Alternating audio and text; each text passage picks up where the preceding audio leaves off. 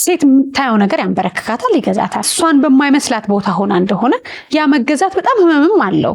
ለውጥ የሚጀምረው ከራስሽ ነው። ሁልጊዜ የዕብራውያን ሴቶች ለባሎቻቸው እሺ በማለት ነበረ ራሳቸውን የሚያስውቡት ይላል።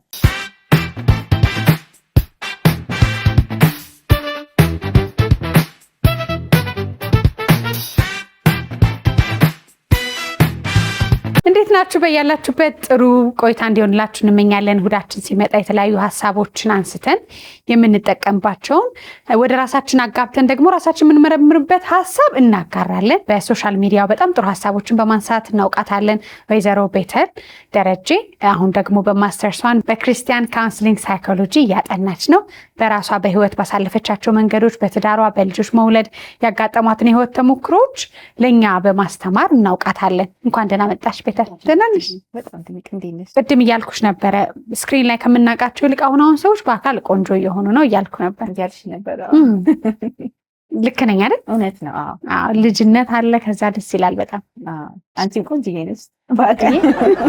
ትንሽ ነኝ አይደል? በአካል ትልቅ ሰው ትመስያለሽ ይሉኛል ቲቪ ላይ። ዛሬ ያልተነሱ ሀሳቦች እንደ ወጣት ወላጆች፣ ባለትዳር ሴቶች እና ሶሻል ሚዲያውን በደንብ እንደሚያይና ሰው ይፈልገዋል የምንላቸውን ሀሳቦች ቀደም ብለንም እያየን ነበር፣ እየተወያየን ነበረ። ስለዚህ ዛሬ በደንብ በግልጽ እንወያያለን። ብዙ ያተርፉበታል ብዬ ገምታለሁ። እኔም ገምታለሁ አይደል? አዎ በደንብ። ለሴት ልጅ ወደ ትዳር ወደ ሪሌሽንሺፕ እንመጣለን። ግን አሁን የፍቅር ግንኙነት አስፈላጊ ነው አይደለም የሚለውን እንኳን ብዙዎቻችን እናውቀዋለን። እንዴት እንግባንም እናነሳዋለን። ግን ትዳር ሲባል አሁን ትውልድ በጣም ነው የሚፈራው። ሴቱም ወንዱም ማግባት ሲባል ልጅ መውለድ እንጂ ደግሞ በጣም የሚል ቃል እየመጣ ነው። ልጅ ነው የምፈልገው እንጂ ትዳር እንኳን ማለት ጀምረናል። እና ትዳር በዚህ ዘመን ሪሊ አስፈላጊ ነው ወይ? መጀመሪያ በደንብ ዲቤት ማድረግ እንችላለን። እንዳልሽው እውነት ነው። አሁን እንደምንሰማውም እንደምናየውም በጣም ትዳር ላይ ብዙ ቻሌንጆች እየመጡ ነው። ልክ እንደተሰራለት ፕሮሞት ተደርጓል። አሁን ለምሳሌ ማግባት የማይፈልግ ሰው አልነበረም አንድ ሲዝን ላይ አይደል? አሁን ግን በቃ ሰውም እየተለያየ ነው። ብዙ መጥፎ ነገር ኤክስፒሪየንስ እያደረገ ነው እና ከዛ አንጻር አሁን ሞር አለማግባቱን ይመርጠዋል ሰው። ግን እንደኔ ትዳር በጣም መልካም የሆነ ነገር በደንብ ካወቅ ነው ከተረዳ ነው ደግሞ በጣም ብዙ ፍሬ የምናፈራበት ነገር እንደሆነ ነው የማምነው። ያው እግዚአብሔርም ደግሞ ለሰው ልጅ እንደ ስጦታ አድርጎ ያቀረበው ነገር ስለሆነ ትዳር አሁንም መልካም ነው። አያያዙን ነው ማወቅ ያለብን። እንዳልሽው አያያዙ ማወቅ ጥሩ ይመስለኛል። ትዳር ላይ ደግሞ የሚገጥመን ነገር ቀድመን ማወቅ ይገባናል። ለትዳርና ለጓደኝነት የምንመርጣቸው ሰዎች ይለያያሉ ያሉ፣ ሴትና ሚስት ወንድና ባል ይለያያል ይላሉ። መጀመሪያው ላይ የሚሰራ ስራ ይመስለኛል። አዎ በደንብ ቅድመ ዝግጅት አለው።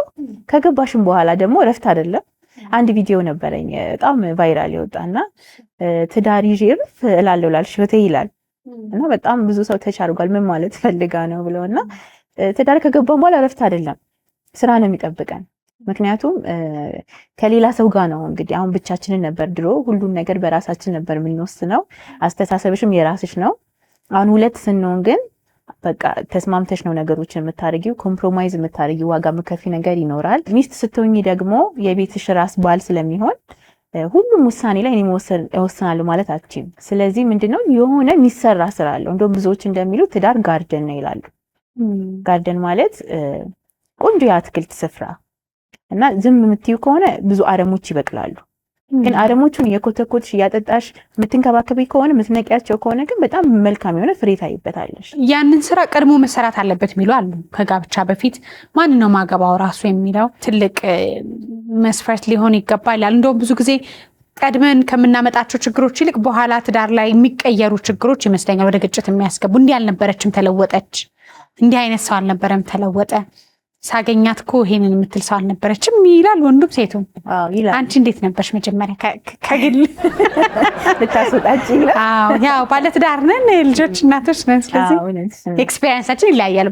ያው ያንቺና የኔ ያንቺን ይሻላል አራያ ስለሚሆን እውነት ለመናገር እንደጠበቅኩት አልነበረም። በእርግጥ ተምሬያለሁ። 6 ወር ቤተክርስቲያን አስተምራናለች የጋብቻ ትምህርት። እንዲሁ ልታገቢ ስትይም ደግሞ የምታያቸው ነገሮችና የምታነቢው ነገር ይኖራል። ሰላም የመቅዲ ሚዲያ ዩቲዩብ ቻናል ተከታታዮች፣ እያያችሁ ያላችሁትን እየወደዳችሁት ነው ወይስ? እስቲ ሀሳብ አስተያየታችሁን ከስራ አስቀምጡልን። ታዲያ ሰብስክራይብ አድርገው መመልከት እንዳይረሱ። እሺ ግን አንድ የረሳሁት ነገር ምንድነው እኔ ያለሁ ለካ እኔ ፐርሰናሊቲ አለ ያደኩበት አስተዳደግ አለ እና ልክ ትዳር ውስጥ ልክ ስገባ ጸባይ ራሱ ባይ ዲፎልት ቻሌንጅ አድርጎኝ ነበር። እኔ ለምሳሌ ሳድግ አለቃ ሆኜ የሰፈር አለቃ የግሩፕ መሪ ነበር አለቃ ነበር የሚል የምትሰሚ የምትከበሪ የምትፈሪ ነገር እንደዛ አይነት ነገር ውስጥ ያለ በቃ ሊድ የማድረግ ነገር በሄድኩበት ቦታ ሁሉ ደግሞ ይሳካልኛል፣ ያው እግዚአብሔር ይረዳኛልና አሁን እዚህ ጋር ከገባ በኋላ ግን ተመሪ መሆን ከበደ። እውነት ለመናገር በቃ እግዚአብሔር ደስ የሚሰኝባት ሚስት መሆን እፈልጋለሁ፣ ባሊም ደስ እንዲሰኝ እፈልጋለሁ። ስለዚህ በቃ ዲግ ማድረግ ጀመርኩ። ምንድነው ሚስ ያደረኩት ነገር? አይ ኖ ሪስፖንሲቢሊቲዎችን አውቃለሁ፣ ተምሬያለሁ፣ ግን እንዴት ነው አጣጥሚው መሄደው ትዳር ውስጥ ከገባው በኋላ ይሄን ነገር የሚለው ነገር መጣ እና ኢት ዋዝ ቻሌንጂንግ። የሚመጣ ግጭት መሸከም ስለሚከብደን መስለኛ አንዳንዴ ለቀነው የምንሄደው እና ራስን ማወቅ ራሱ እኔ እንደዚህ አይነት ባህሪ ያለኝ የሚለው እንዴት አወቅሽ? ምክንያቱም አናውቀውም። አንዳንዴ ሀሳብ አትሰሚም፣ በራስሽ ውሳኔዎችን ትወስኛለሽ እያሉን ባሎቻችን አይ እኔ አይደለሁም እኔ ነው የሚለው ብዙ አይተሽ ከሆነ ወንድየውንም በጣም ይጓለህ እኮ አንተ ቤተሰቦች ላይ በጣም ተዛዝላችሁ ነው የምትሄዱት እንደ ፋሚሊ ለወርዱ ስንል እኔ በጣም ኢንዲፔንደንት ሰው ነኝ ይልሻል። ሰውየው ነኝ የሚለውና የሆነው የሚታይሽ የተለያየ ሆነ። አንቺ እንዴት አወቅሽው ብዬ ነው። ያው ራስሽን ቼክ ማድረግ ጥሩ ነው። እኔ በጣም ቼክ አደርጋለሁ ራሴን። የሆነ በቃ አንድ ችግር ካለ ምንድን ነው በጣም ኪሪየስ አይነት ሰው ነኝና ምንድነው ሚስ ያደረኩት ነገር የሚለው ነገር አለና አነባለው፣ ጸልያለው። ያው ከእግዚአብሔር ጋር ሞር ስትጠጋጊ ደግሞ በጣም በደንብ ዊዝደም ታገኛለሽ እና ምንድነው ሚስ ያደረግ ምንድነው ያጠፋሁት እዚህ ጋር እላለሁ። ብዙ ጊዜ ትዳር ውስጥ ገብቶ የሚሻሻል ሰው የለም። የሆነ ዴቲንግ ሲዝን ላይ ወይ ጮኛ ያሉ የሚታይ ትንንሽ ባህሪ ትዳር ላይ ሲገባ ጎልቶ ነው የሚታየው፣ ይበዛል፣ እንደው ሞር ፍሪ ነው የሚሆኑት ከዛ በኋላ። ስለዚህ ሳናያቸው ቀርተን አይደለም፣ ሬድ ፍላጎች ነበሩ እኮ አሁን ደግሞ ሙር ተገልጠው ነው፣ በመልካሙም በመጥፎም ነው የምልሽ። ሃይማኖታዊ የጋብቻ ስርዓቶች አሁን እናያለን እንግዲህ ሶሻል ሚዲያም ላይ የቅድመ ጋብቻ ትምህርት ተምረው ከዛ በኋላ ወደ ትዳር ገብተው ነገሮች በጣም ይቀዱላቸው ይመስለናል። እንዲህ በዓለማዊ ደግሞ እንግዲህ ሁሉም ስርዓት አለው። የተሻለ ይሄን ነገር አግኝቻለሁ ሃይማኖታዊ ስርዓት ውስጥ ማለፌ የሚሉ ሰዎች አሉ። በተቃራኒው ግን በእምነት ጥላ ውስጥ ሆኜ ያ እምነቱ ከልሎኝ ወይም ፓስተሮች ወይም አገልጋዮች ወይም መንፈሳዊ አባቴን ሳባቴን ለማስደሰት የገባሁበት ነገር ሪሊ ራሴ እንዳላቅ በኋላ ያደር የሚገለጥ ባህሪ እንዲኖረኝ አርገዋል የሚለው አሉ። የትኛው ወገን ነሽ አንቺ? ከራስሽ ከልብሽ ካለሽበት። እኔ ያው የተማርኩት በጣም ጠቅሞኛል። 6 ወር ኢቭን እኮ 6 ወር ለመታየት ራሱ አሪፍ ጊዜ ነው የሚሆንሽ። አሁን እኛ ቅድሚያ የምንማረው የተማረው 6 ወር ነበር፣ ቅድመ ጋብቻ ትምህርት ማለት ነው። እና አንዱን ትምህርት አሁን ብዙ የሚያጋጥመኛል። አንዱን ክላስ ወስደው ሰከንድ ላይ የማይመጣው አሉ። በቃ በዛ መሃል የማይሆን ነገር ተፈጥሮ ማለት ነው። ስለዚህ የመተያያ ጊዜ ነው፣ በቂ ባይሆንም የመተያያ ጊዜ ነው እሱ። ሁለተኛ ደግሞ ጥድፊያ ያለበት ነገር ልክ አይደለም ሲጀመር። ለምን ይቸኩላሉ? በጣም መጣደፍም ሲሆን መጠርጠር አለብሽ። እና ሁሉም ነገር በቃ በስርዓት ተረጋግተው ተያይተው ባህሪያቸው ቪዥናቸው ምንድነው? ዝም ብለው በቃ ማግባት እድሜያቸውም ስለደረሰ ብቻ መሆን የለበትም። ወይም ፕሬሸር ከውጪ ሰው አግቢም ስላላት ማግባት የለባትም። ብዙ ምክንያቶች አሉ፣ ብቻ ሮንግ የሆኑ ምክንያቶች ትዳርን ለመመስረት። ግን በቃ ተረጋግተው ተምረው ተያይተው ቢጀምሩ እኔ አሁን እሱ ጠቅሞኛል። ለምን ኤክስፔክቴሽኔን አስተካክዬን የገባሁት መጀመሪያም ላይ እኛ ስንማር ቤት አንሄድም አንማርም ምናምን አይልሽም። አንዳንድ ወንዶች እኮ አንማርም አንቺ ተማሪና ታስተምሪኛለሽ ምናምን ያሉ መንፈሳዊ ትምህርት ላይ እንዳልሽ ከመንገድ የሚቀሩት መሰሉ እነሱ ጋር ሲጀመር ያልተማረ ሰው ቤተክርስቲያን አያጋባም። የኛ ቤተክርስቲያን አያጋባም ያልተማረን ሰው። ግዴታ አቴንድ አድርገሽ ከቀረሽም ሜካፕ እየወሰድሽ ነው እንጂ ምክንያቱም እዚህ ላይ ሲሪየስ ካልሆንሽ ትዳሩ ላይ እንዴት ሲሪየስ ትሆኛለሽ? ወደፊት ያሰጋል እኮ። ለዚህ ነገር ቫልዩ ማታረጊ ከሆነ በዚህ ክላስ እንኳን ወደፊት በጣም አስኪ ነው የሚሆነው። እና እሱ በጣም ጠቃሚ ነገር ነው። ኤክስፔክቴሽንሽ እንዳልኩሽ ምን መጠበቅ አለብኝ የሚለውን ነገር በደንብ ያው ስትገቢም ሌላ ነገር ይጠብቅሻል። ግን አትሊስት ይሄን ማድረግ አለብኝ፣ እንደዚህ ነው፣ ስራ ይጠብቀኛል፣ ግን በጣም የምደሰትበት ነገር ነው ብለሽ ስትገቢ ግን የተለየ ነው። እንዳልነው ደግሞ ከዛ በኋላ እንዳልሽው ይመሰረታል ትዳር። በቃ አንድ ቤት ተዘግቶ ከገባሽበት ጊዜ ጀምሮ የሚገጥሙ ነገሮች አሉ። ምንድን ነበር እንደ ማንኛውም ሰው የገጠመሽ ፈተና? በምን ያህል ጊዜ ግን ታውቃችሁ ተጋባችሁ? የኛ አጭር ነው። የኛ አጭር አይደለም፣ በጣም ረጅም ነው። እንደውም የኔን አልመክርም። እውነትሽን ነው። እኛ ተማሪ እያልን ነበር፣ ዩኒቨርሲቲ ተማሪ ነበርን እና ሰከንድ ይር ላይ የተዋወቅ ነው። በቃ ብዙ ነገራችን ማች አደረገ። ቫሊዩአችን፣ በወደፊት የምናስበው ነገር፣ ባህሪያችን፣ ኢቨን የተወለድንበት ቀን አንድ ነው። ቀኑ ራሱ የተወለዳችሁበት እውነትሽን በእውነት እና በብዙ ነገራችን አንድ አይነት ነው እና በቃ ሲሪየስ ነገር ነበር፣ ስንይዘውም ሲሪየስ ነበረ። ግን ያው ተማሪ ሆነሽ ደግሞ ሪሌሽንሺፕ ውስጥ መቆየት ራሱ ቻሌንጂንግ ነው። ራሱ 5 ዓመት ቆይተን የተጋባ ነው እና 5 ዓመት ዴት ማድረግ ራሱን የቻለ ቻሌንጅ አለው። ተማሪ ሆነሽ ለሌላ ጉዳይ ሄደሽ እዛ ግን ያው እግዚአብሔር ረዳን። ብዙ ሰዎች ይለያያሉ በዛ ውስጥ፣ ግን ያው ዓላማ ያለው ነገር ስለነበረ እግዚአብሔር ረድቶን ከ5 ዓመት በኋላ ነው የተጋባ ነው። ከአምስት ዓመት በኋላ አሁን በጣም ማወቅም እንደው እንዳልሽው ነው። እኔም በሱ እስማማለሁ። ለማግባት የተዘጋጁ ሰዎች በተለይ ረጅሙን ዓመት ያልቃል እኮ ይባላል። ጣዕሙ ፍቅሩ ምናምን ያልቃል ይላሉ። እንግዲህ አንቺ ታስረጅኛለሽ። ምክንያቱም ኤክሳይትመንቱ አሁን በእርግጥ በሃይማኖት እናንተን አላውቅም፣ ሌላ ከመገናኘት ከመጫወት ውጭ እንጂ አብዛኛው ሰው በፍቅር ግንኙነት ሁሉንም ይጀምረዋል። በቃ ያልጋውንም የሁሉንም ያልቃል። ምን ኤክሳይትድ አድርጎሽ ትገቢያለሽ ትዳር ውስጥ ምን ያጓጓል የሚለው አሉ። የእናንተ ቆይታ ትዳር ላይ ሲመጣ ጣዕሙን አላሳጣው? አይ አልሰጠውም። ቀላልም ሆኖ አልነበረም። ቻሌንጂንግ ነው እኮ እንዳልኩሽ። ግን አንድ የረዳን ነገር ብዬ የማስበው መንፈሳዊ ነገራችን ላይ ጠንካራ ነበር እና ሞር እኛ የምናተኩረው አገልግሎት ላይ ቤተክርስቲያን መሄድ መምጣት፣ እንደዛ ነገር ላይ ነው ፎከሳችን የነበረው። ግን ምንም እኔ በኃይሌ ነው ማለት አልችልም፣ በእኔ አቅም ነው ማለት አልችልም። ስለዚህ ሁሉም ነገር በጊዜው ነበር የሆነው ከትዳር በኋላ ማለት ነው። ስለዚህ እግዚአብሔር መያዝ በጣም ትልቅ በጣም ይጠቅማል። አንድ ልጓም ኩስ ያስፈልገዋል የሚባለው ለዛ ነው። ሁለተኛ ጠቅሞናል የምለው ደግሞ ችግር አናሳድርም ነበር፣ ስንጣላ አናሳድርም። በቃ እኔ ደግሞ አኩራፊ ነበርኩኝ። በቃ አለቅነቱ ስትነጠቅ ያው አይ የዛኔ እንኳን በደንብ ይንከባከበኝ ነበር አይደል? ከትዳር በፊት እንትን ነው እሱ በዲስከሽን የሚያምን ሰው ስለሆነ አሁንም እንደዛ ነው። በእርግጥ ግን እኔ አኩራፊ ነበርኩኝ። በቃ አልፈልግም። የሆነ ነገር ሲፈጠር ወደ ቤት ሄዳለሁ ላለው ዩኒቨርሲቲ፣ አዲስ አበባ ዩኒቨርሲቲ ነበርን እና ቁጭ ብለን ኮሚኒኬሽንን በደንብ ያስተማረኝ እሱ ነው። እኔ ኢሞሽናል ሆናለሁ እና ሆን ነበረ። አይ ቆይ ምንድን ነው ምናምን ብለን ቁጭ ብሎ ማውራትን እሱ እየገደልነው ስለምንል ችግሩን እዛው በቃ ስለማያድር በደንብ ሎንግ ታይም ዴት ያደረግነው ለዛ ነው። ያ ሁሉ ሆኖ ደግሞ ትዳር ውስጥ ይገባል። በቃ አሁን ደግሞ ትዳር 5 ዓመት አውቀሽ ከዛ በመንፈሳዊ ህይወት ትምህርት ወስደሽ ምናምን ትዳር የራሱ በረከትም አለው። በሩስ ስትገቢ የራሱ ፈተናም አለው። የራሱ ደግሞ ከፈተናዎች በኋላ የሚሰጡ ሽልማቶችም አሉ። እንዴት ነበር ከዛ በኋላ ወደ ልጆች ስትመጪ ነው ወደ ቲክቶክ የመጣሽው አይደል? ወደ ቲክቶክ የመጣሁት አሁን ሁለተኛ ልጅ ነው። ሁለተኛ ልጅ በዛ ኦልሞስት ዓመት ሊሆነኝ ነው። ከዛ በፊት ያው በቃ በሩ ተዘጋና ወደ ትዳር ገባሽ። ወደ ትዳር ምን ቻሌንጅ ገጠመሽ?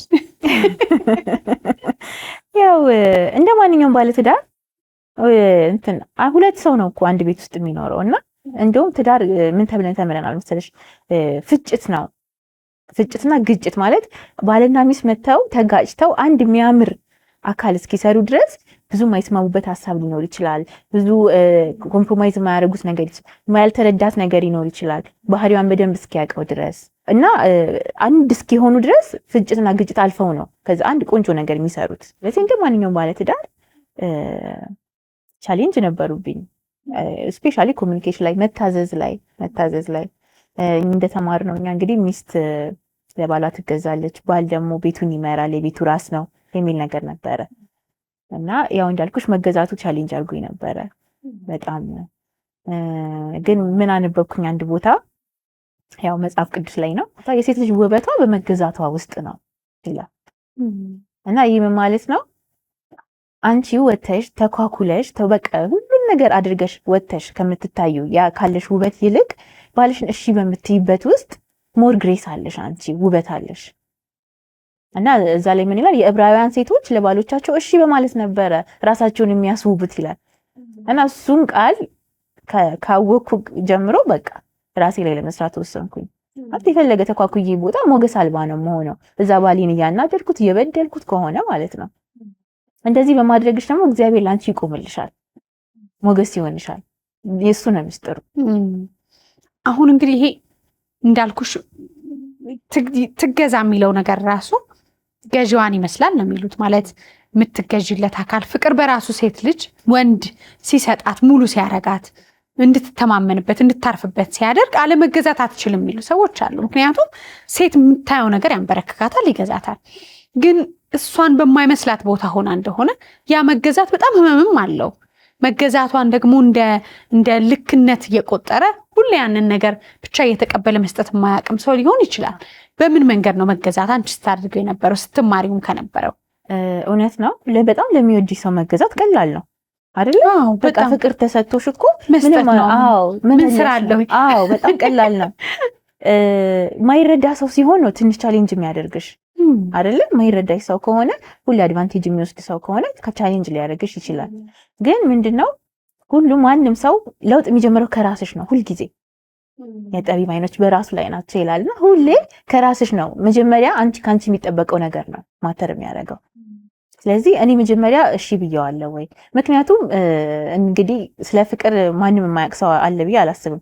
ፍቅር አይወድቅም ይላል መጽሐፍ ቅዱስ፣ ለዘውትር አይወድቅም፣ ሁሌም አሸናፊ ነው። ስለዚህ ያንን ሰው በፍቅር ታሸንፈዋለች በእርግጠኝነት።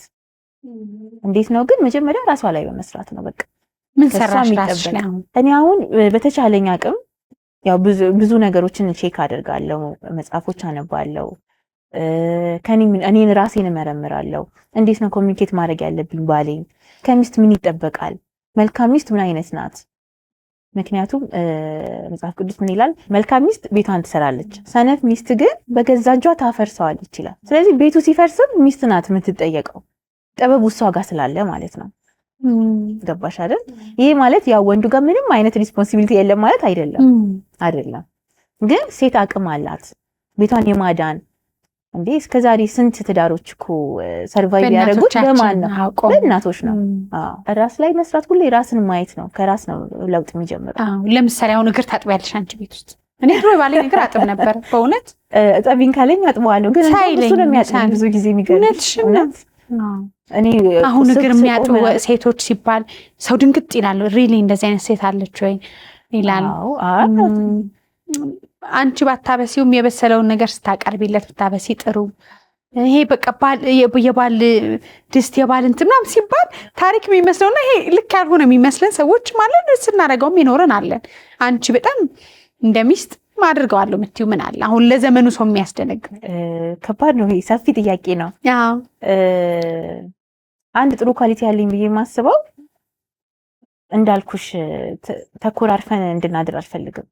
አንቺም ለሚያድሽ እሱን ነገር እና በቃ ጥፋቱን በቃ ልክ እንደዚህ አይነት ነገር የተጋጨንበት ነገርም ካለ በቃ ወዲያው ተለይቼ ጌታዊ ምንድነው ሚስ ያደረኩት ነገር እላለሁ። ማለት በቃ ከእግዚአብሔር ጋር ነው ጊዜ የምወስደው።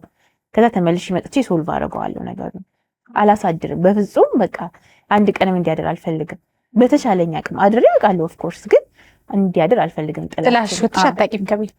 አላውቅም። አንዳንዴ በቃኝ እንዴ ምን ነው ተብሎ ወደ ቤተሰብ ቤት ማደር ቀርቶ አይደለም ይመጣል ሀሳቡ።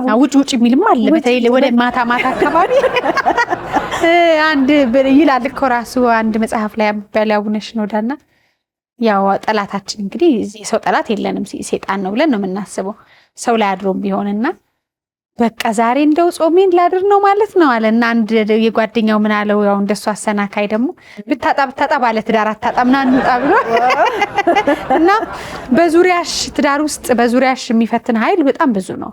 ማናቃቸው ኃይሎች ያንን የተቀደሰ ነገር መኝታውን ክቡር የሆነ ነገር ለማርከስ የሚዞሩ ማናቃቸው ኃይሎች በተለያየ ነገር ብዙ ሲዞሩ ነው እንትን የሚያደርጉት። ሀሳቡ እኮ ይመጣል እንዴ ሀሳቡ ሳይመጣ ቀርቶ አይደለም። ግን እንኳን ከቤት መውጣት እኔ አልጋ ራሱ አልለይም።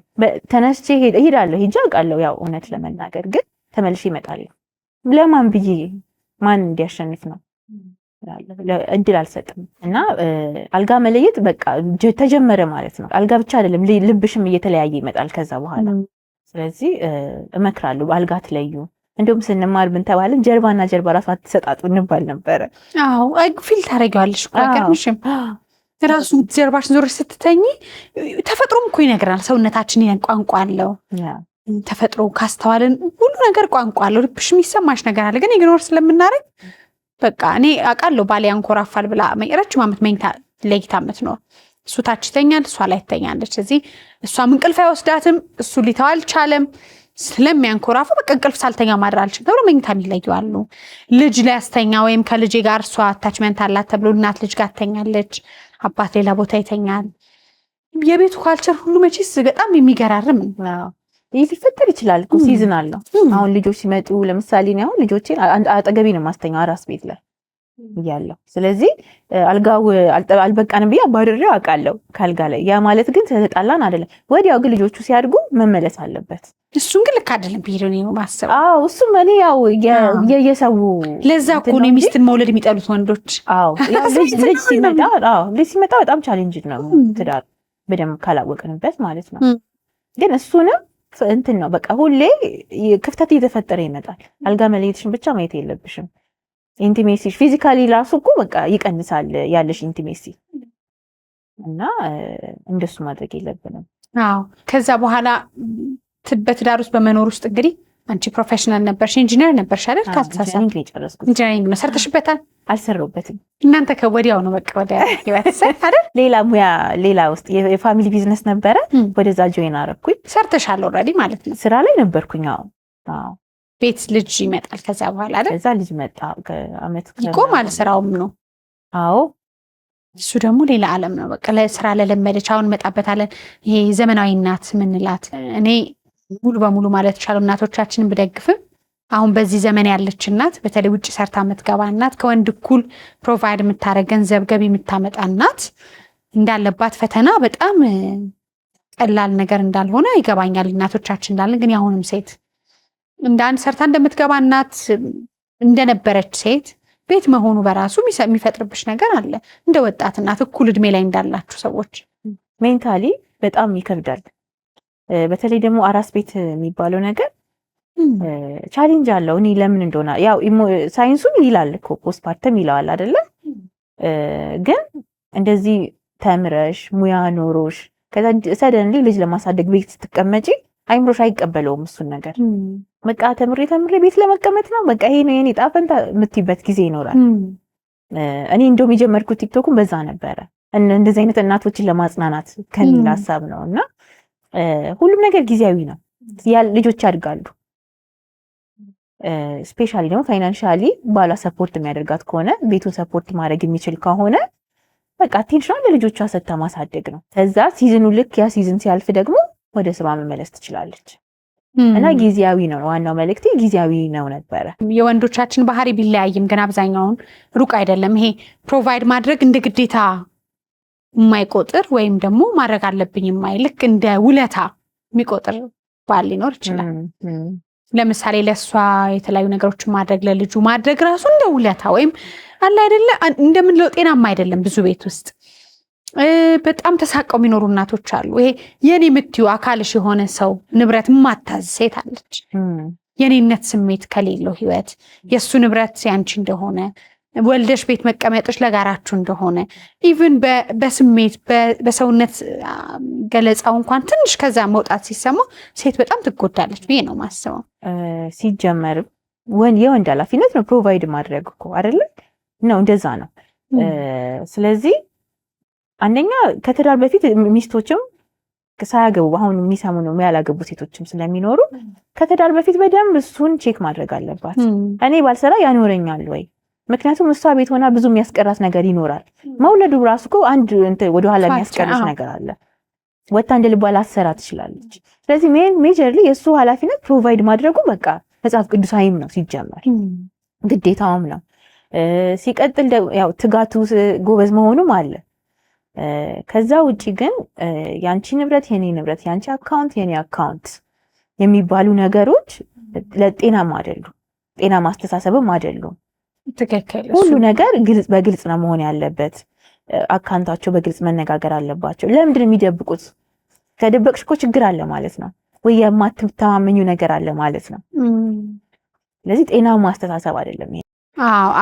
አካሏን ይጋራል። ከዛ አንድ መኝታ ይጋራሉ። ግን አንድ የሚሉት የራሳቸው የደከሙበት ንብረት ላይ አለማዘዝ በራሱ በጣም ጤናማ ያልሆነና ብዙዎች ደግሞ ኖርማል አድርገውት ሁላችንም ትቀጥይና የሆነ ሰዓት ላይ የሚፈጠር ነገር ነው እና እሱ ራሱ አንድ ነገር ነው ብዬ አስባለሁ። ይሄ አንቺን በሃይማኖት የሚባል ነገር የለም ብዬ ነው ማምኑ። አንቺን በአካውንትሽ ብዙ የሚሰራ ነገር አይደለም፣ አይሰራም። እሱን እንደ መብት መጠየቅ የማይችሉ ሴቶች አሉ። ያው ትዳሩም ሲመሰረት ብዙ ባጌጅ ይዞ ስለሚመጣ ከገባሽ ወዲያ ግን ምን መደረግ አለበት የሚለውን እናውራ። ምን እንደሚሰራ የማያውቁ ሚስቶች እንዳሉ ታውቂያለሽ? በጣም ይገርመኛል። ምን ስራ እንደሚሰራ፣ የት ውሎ እንደሚመጣ፣ ወዳጆቹ ማን እንደሆኑ፣ ምን እንደሆነ የገቢ ምንጩ ማታቅ ሴት አለች። አይበለውና ድንገት ወጥቶ ቢቀር ምኑን ከምኑ አድርጋ ለልጆቿ መኖር ማትችል ሴት ማታቅ ሴት አለች። ሌሎች ደግሞ አብረው ውለው የሚገቡም አሉ። ግን እሱን ብናወራ ደስ ይለኛል፣ ምን ማድረግ እንዳለባቸው። እንዳልሽው ቢቻል ቀድሞ ነበረ መጠንቀቅ፣ ቀድመሽ ነው መምረጥ ማለት። እነዚህ ባህሪዎች በእርግጠኝነት ዴት ሲያደርጉ ወይ በእጮኝነት ጊዜ ነበሩ፣ ምልክቶች ይኖራሉ። ግን በቃ አንዳንዴ ላናይ እንችላለን። ያን ሰው ከመወደዳችን የተነሳ ሉዝ ምናደርግ የተሻለ ሰው አናገኝም የሚል ሀሳብ ስላለ ልንገባበት ይቻላል። ከተገባ በኋላ ግን ያው የምንከፍለው ዋጋ ነው በቃ ያ ነገር።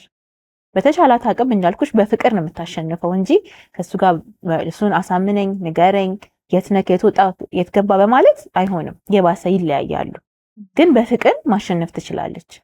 ስፔሻሊ ደግሞ እንደዚህ መጥፎ ሰው ፊዚካሊ ምናምን እንትን የማይላት ከሆነ ለህይወት አስጊ አይነት ሰው ካልሆነ ይመለሳል። የዘመናዊ እናትነት ፈተናዎችን አንስተናል። ምንድን ናቸው ብለሽ ታስቢያለሽ? ዘመናዊ እናትነት ከስራ ጋር አሁን ለምሳሌ የምትሰራ እናት ከሆነች ቻሌንጅ ያደርጋታል። ለልጆቿ በቃ መልካም የምትለው ኮምፔር ማድረግ። አሁን ሶሻል ሚዲያ ነው ዘመኑ እንግዲህ ሶሻል ሚዲያ ነው እና ልጆቿን ኮምፔር ታደርጋለች። በቂ አቴንሽን ሰጥቻለሁ ወይ፣ እኔ ስራ በመውጣት ይጎዳሉ ወይ ትላለች። እና ብዙ ቻሌንጆች አሉባት እውነት ለመናገር። ምን ማድረግ አለባት? ይሄ ከባድ ነው፣ ጸጸቱ ከባድ ነው። ምን ማድረግ አለባት ካልሽ እኔ ሜጀርሊ ማስበው ፕራዮሪቲ ማስቀመጥ ለነገሮች።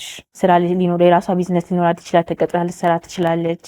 እዚህ ጋር ትዳሯ አለ፣ ቤቷን ታስተዳድራለች። ስለዚህ እቺ እናት ማድረግ አለባት በየትኛው ሲዝን የትኛውን ላስቀድም። የሆነ ሲዝን ላይ ልጆቿ የሚፈልጓት ጊዜ ይኖራል፣ ለልጆቿ ሞር አቴንሽን ወደዛ የምታደርግበት ጊዜ ይኖራል።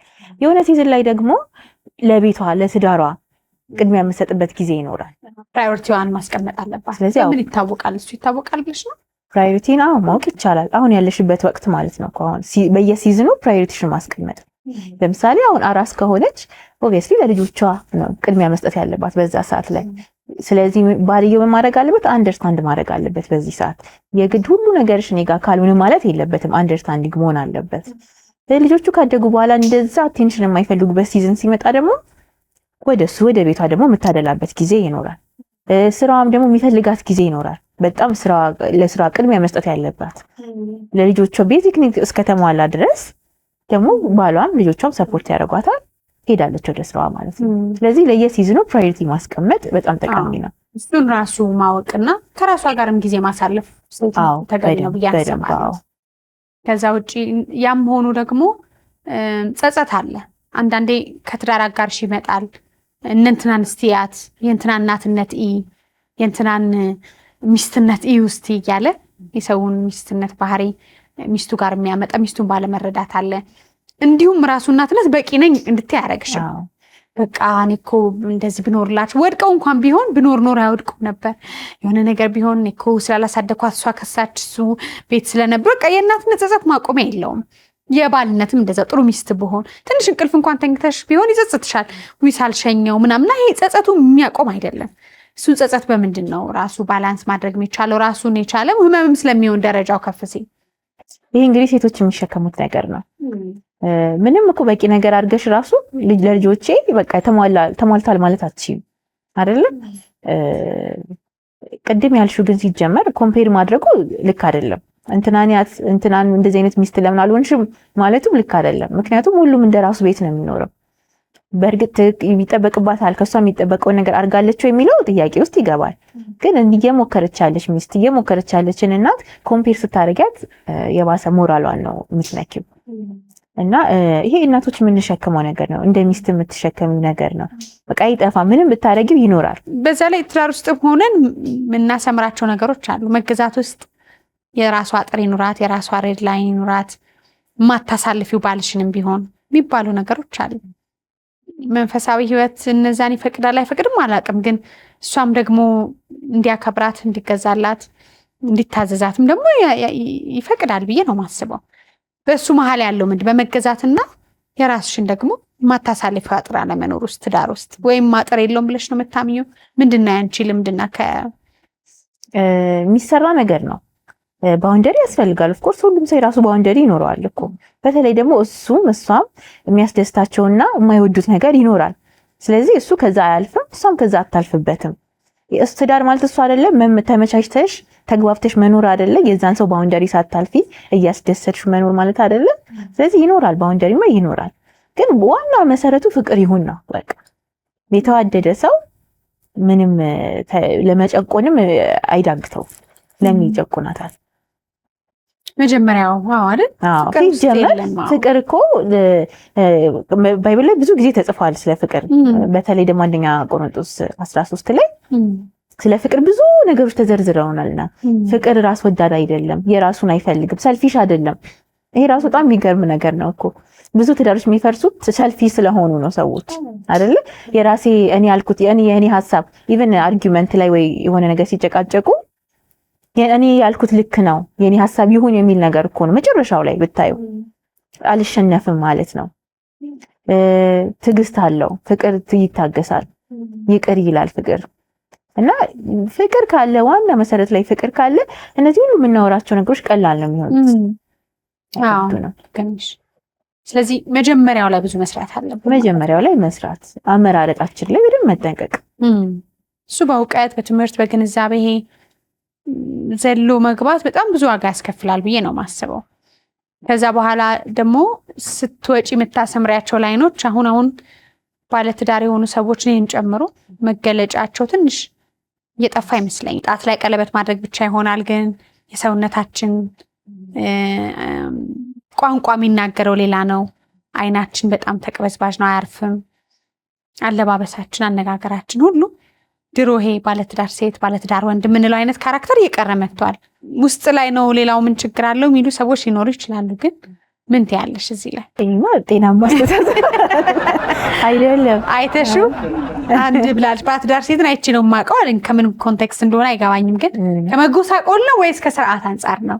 ከመገዛት አንጻር ለፈጣሪ ሞገሷ ምንድን ነው? አንዳንዴ በቃ ከሚስቶቻቸው ጋር ሆኖ ምናምን ባልም ከሚስቱ ጋር ሆኖ ትደነግጫለሽ። አይኑ አያርፍም ምናምን በቃ የገባው ወጣውን ያህል ትኩረቱ ይሄ ተሰርቀናል በቃ አለ አይደለ? ሪሊ ያ ይገባል ወይ? አይ ዶንት ኖ። እስቲ ተገቢ አይደለም። ተገቢማ አይደለም። ቤቲ ስላላሳረፈች ነና ስላላሳረፈኝ ነው ትላለች። በመሀል ብዙ ነገር ቤት ውስጥ ችግር ይኖራል፣ በጣም ይኖራል እንዴ።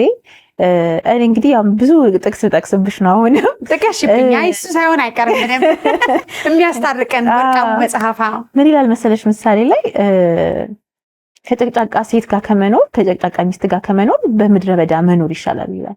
አስበሽዋል? ምድረ በዳ ማለት ውሃ የለ፣ ፀሐይ ነው፣ ሙቀት ነው፣ በጣም የማይመች ቦታ ነው። ግን ከጨቅጫቃ ሚስት ጋር ከመኖር እሱ የተሻለ ነው ይላል። እና በጣም ምን ያህል ከባድ ነገር ነው። አዎ ከባድ ነው። ጨቅጫቃ ለመሆን በጣም ወሳኝ ነገር ነው።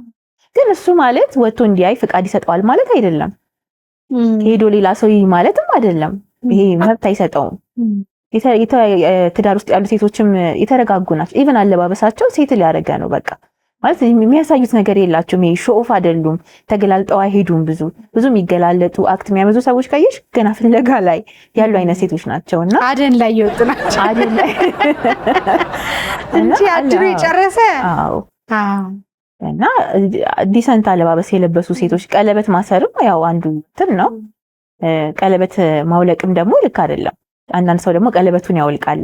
አዎ ጠበበኝ ይላል። በጣም ብዙ ምክንያት አለ። ግን ባይወልቅ ይመከራል። ምክንያቱም ቃል ኪዳን የተገባባሽበት ነገር ነው፣ ምልክት ነው። እና በዚህ መለየት ይቻላል። አንድ የመጨረሻ ጥያቄ ልጠይቅሽ። ብዙ ሰዎች እንትን የሚያደርግ ይመስለኛል። ያው ሚነካ ትዳር ሲመሰረት በብዙ መንገዶች ይመሰረታል። በቃ ሁሉ ነገር ቅድም እንዳልነው ነው፣ የተለያየ ነው ዘርፉ። ግን ያው ብዙ ከማወቅ የወጣን የምናውቃቸው ናቸው። አንድ ያው በቅድስና በድንግልና ምንም ሳታቂ ሴት ምንም ወንድ ሳታቂ ይገባል። ሁለተኛው ደግሞ ከዛ ፊትም የተለያየ ህይወት መስመር ኖሮች ደግሞ በንስሐ ተመልሰሽ ወይም በመጽሐፍ ተመልሰሽ ትገቢያለሽ። ቅድመ ጋብቻ የተማራለ ያልተማራለ፣ ጥሩ ያልሆነ ቦታ ተገናኝቶ ጥሩ ትዳር ይመሰረታል። ብቻ በጣም ብዙ ነው ዘርፉና ትዳር ውስጥ ከገቡ በኋላ ግን የኔ ትዳር በቃል ኪዳን የታሰረ ነው፣ በእግዚአብሔር ፈቃድ የታሰረ ነው ብለው የሚያምኑ እንዳሉ ሁሉ ያልታሰረ ነው ብለው የሚያምኑት ግን ምንድሮም እኮ እኔና አንቺ የገባንበት ዝም ብሎ ነው። ያገኘሁሽ ቦታ ከእንዲህ አይነት ቦታ ነው ምን ብለው የትኛው ሽማግሌ ልከህ እሷም በሽማግሌ አላገባኸኝም በክብር አላገባኸኝም ስለዚህ የትኛው የተቀደሰ ነገር ኖሮ ገብተንበት ነው ድሮም ዝም ብለን የገባ ነው አሁንም ዝም ብለን እንወጣለን። እንዲህ አይነት ነገሮች በየትኛው ስርዓት አግብቼሽ ነው ዛሬ ስርዓት ያዝመትኝ? የትናንትን ታሪክ መሀል ማምጣት አለ። ቅድም እንዳለው መጀመሪያ በጣም መሰራት አለበት። እኔ የማምንበት ነው። የህይወት መስመር ግን በአንድም ሆነ በሌላ መንገድ እዛ ጋር ደረሰሽ። በቅድስና ያልተጀመረው በቃል ኪዳን በፈጣሪ ያልተመሰረተ ጋብቻ በእግዚአብሔር ዘንድ እውቅና የለውም። ስለዚህ የከበረ አይደለም ብለሽ ታምኛለሽ። የግል እይታሽና ከምታውቂው እውቀት ነው የምልሽ። ግን ደግሞ እስከገባንበት ድረስ ስፔሻሊ ልጆች ከመጡ በኋላ ግን ትዳሩ በራሱ ደግሞ በቃ ተቋም ነው። በሰዎችም በብዙ ነገሮችም ሳናውቀው የተሳሰረ ነውና መከበር አለበት ይላሉ። አንዳንዱ ለመፍታትም ለመናድም በጣም ቅርብ ይሆናል። ምን ትያለሽ? አዎ እንደዚህ አይነት ልክ ነሽ። እንደዚህ አይነት አስተሳሰብ በዝቷል። አሁን በጣም በዝቷል። ግን አንድ ማወቅ ያለብን ነገር ትዳር ሲባል ራሱ አንድ በር ነው ያለው፣ መግቢያ በር ብቻ ነው ያለው። በቃ ያልሆነ ምክንያት ተፈጥሮ ካልፈረሰ በስተቀር ሁሌ አንድ ሰው ትዳርን ሲያስብ እገባበታለሁ በቃ ብሎ ነው ማሰብ ያለበት። ለዛ ነው በደንብ አጥንተሽ መግባት ያለብሽ። ያው የሚወጣበት ምክንያቶች አሉ እኮ፣ ግን በሱ ምክንያት አይደለም አሁን ብዙ ትዳር የሚፈርሰው። በአካውንትሽን አላሳይም አለኝ ብላ ልትፈታው ትችላለች። ቅድም እንዳለው ማለት ነው የሆነ ነገር በእናቱ ነው ንብረት ብሎ እሱ በእንደዚህ አይነት ልክ ባይሆንም ግን ሪዝን ሊሆን ይችላል ለመለያየት። ገንዘብ ላይ ላይሽ ይችላል። ቺት ማድረጉ ያው ነምበር 1 ቢሆንም ግን ብዙ ሪዝን መሆን የማይችሉ ሊሰራባቸው የሚስተካከሉ የሆኑ ምክንያቶች እያሉ ነው ትዳሩ እየፈረሰ ያለው። ስለዚህ መጀመሪያ ስንገባ ማወቅ አለብን ትዳር አንድ በር ነው ያለው። ከዛ ውጪ ያለው ያው ትዳር በፍቅር ይጀምራል፣ በውሳኔ ይቀጥላል ነው። ከዛ በኋላ የምትቀጥይ በውሳኔ ነው። ያን ዋጋ ለመክፈል፣ ለማስተካከል፣ ለመስራት ከተሰራበት ሁለቱም ፈቃደኛ ከሆኑ በተለይ ከተሰራበት ይሻሻላል፣ በደንብ ይሻሻላል። ስለዚህ በየትኛውም በኩል ተገብቶበታል። በቃ ልክ እንደበሩ ነው። አብረሽ ከገባሽ ገባሽ ነው።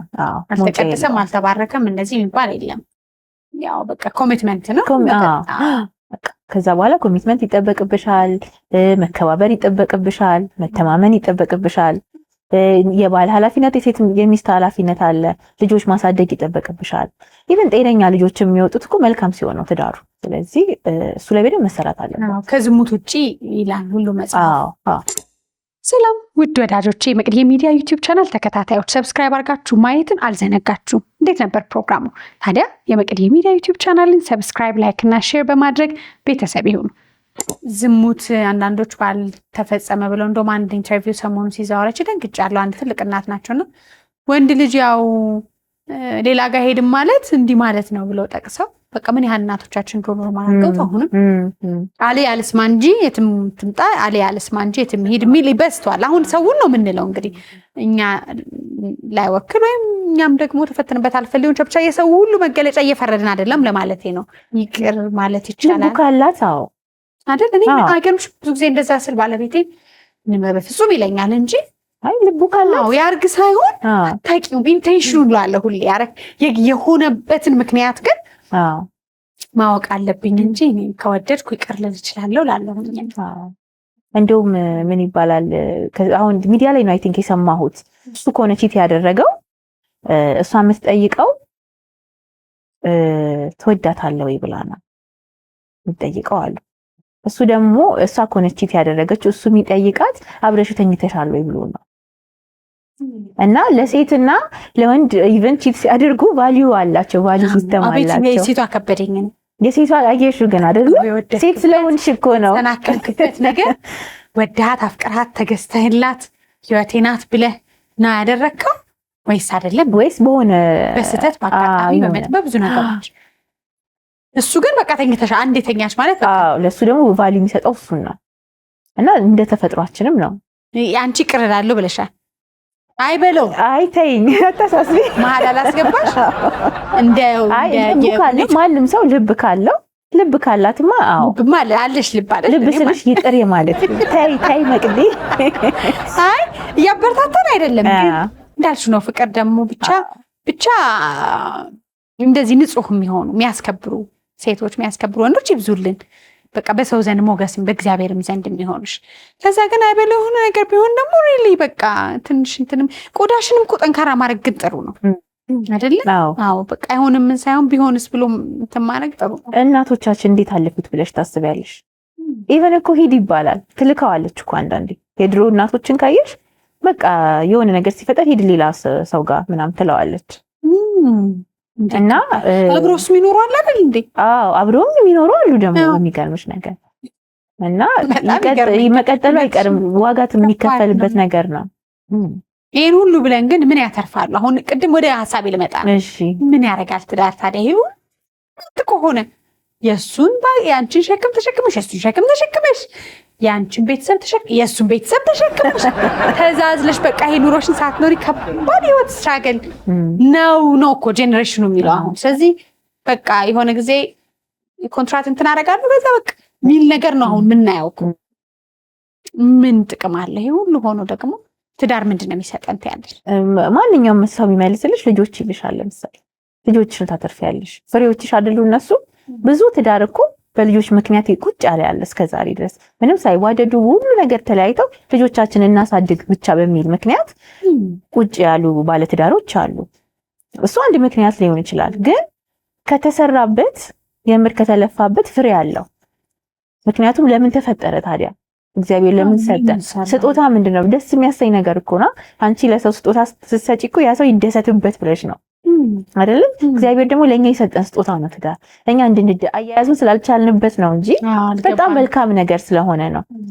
የሱን በቃ ቃሉ እንዲፈጸም ነው፣ እንድንባዛበት፣ ፍሬ እንድናይበት፣ እንድንደሰትበት ነው ትዳር የተፈጠረው። ስለዚህ ይሄን አስተሳሰብ በሁሉም ሰው ፊት መሀል መቅረጽ አለብን። አዎ መቼም ለሚወዳቸው ልጆቹ የሚሰጠው ውድ ስጦታ ነው ፈጣሪ በየትኛው እምነት። ስለዚህ እንዳልሹ እንዲገባን ነው ቁልፉን ማግኘት መቻል አለብን። የገባን ጊዜ መጣር አለብን። ብቻ መኖር ነው። ፍቅርን የምታየው እኮ ያ ነው አይደለም? አለስስት መስጠት ነው። በጣም ደስ የሚል ቁም ነገር ነው የተጨዋወትነው። ብዙ ብናነሳ ብዙ ሀሳቦችን በሌላ ጊዜ ጋብዝሻለሁ። ቴንኪዩ። እኔም ስለጋበዝሽኝ አክብረሽ ስለጠራሽኝ አመሰግናለሁ። ምትዩ ካለ ባለቤትሽ ማመስገን ከፈለግሽ ምናምን ሌላኛ እኔ አታመሰግኝም እኔ ከጀርባ እያመሸው እየጠበቅኩ ምናምን ይለኛል ባለቤቴ። አዎ በጣም ባለቤቴ ማመስገን እፈልጋለሁ። አሁን እንኳን እዚህ ስመጣ 2 ልጆቼን አስይዤ ነው የመጣሁት እና በጣም ሰፖርት ስለምታደርገኝ አሁን ያለሁትን የሆንኩት በቃ በአንተ ምክርና ሰፖርት ነው። እኔ ቆሜ ስታይ ብቻዬን አይደለም የቆምኩት፣ የሆነ ሰፖርት የሚያደርግ የደገፈኝ አካል አለና ባለቤቴ ማመስገን እፈልጋለሁ። እግዚአብሔርን ማመስገን እፈልጋለሁ። አቅም የሚሆነኝ ጉልበት የሚሆነኝ እሱ ነው። ቤተሰቦቼ ማመስገን እፈልጋለሁ። ልክ ነሽ። እኔ በጣም አመሰግንሻለሁ። ትንንሽ ልጆች ናቸው ግን ሀሳባችን ይጠቅማል ብለን ጥሩ ሀሳብ ተጫውተናል። ልክ እንዲህ ህልማቸው ለሚደግፉ ባሎች በቃ ውጪ አንቺ ታይ፣ በአንቺ ስኬት፣ በአንቺ ደስታ ደስ የሚላቸው ባሎች ይብዙልን። ግን እኔም ሁሌ የምለው በቃ ቀድማችሁ የምታገቡትን ሰው ለምንድን ማገባ ብላችሁ ማን ነው ብላችሁ ግን በደንብ ማወቁ ለሁሉ ነገር መልስ ነው ብዬ ነው ማሰብ። ከገባንበት ግን ብልሃት አለ። እናንብብ። ዛሬ ቴክኖሎጂ ብዙ ነው። እንደናንተ አይነት ደግሞ ከህይወታቸው የሚያስተምራሉ እንደኛ አይነት ሚዲያዎች አሉ። ትምህርት ብዙ ነው፣ ማስተዋል ብቻ ነው የሚጠበቅብን። በጣም አመሰግንሻለሁ ቤተል። ቴንኪ መቅዲ፣ አመሰግናለሁ። ቴንኪ። እንቀጥላለን። በድጋሚ አባይ መዝናኛ ቁም ነገሮች ይቀጥላሉ። ሰብስክራይብ አድርጋችሁ ተመልከቱ። መልካም ጊዜ።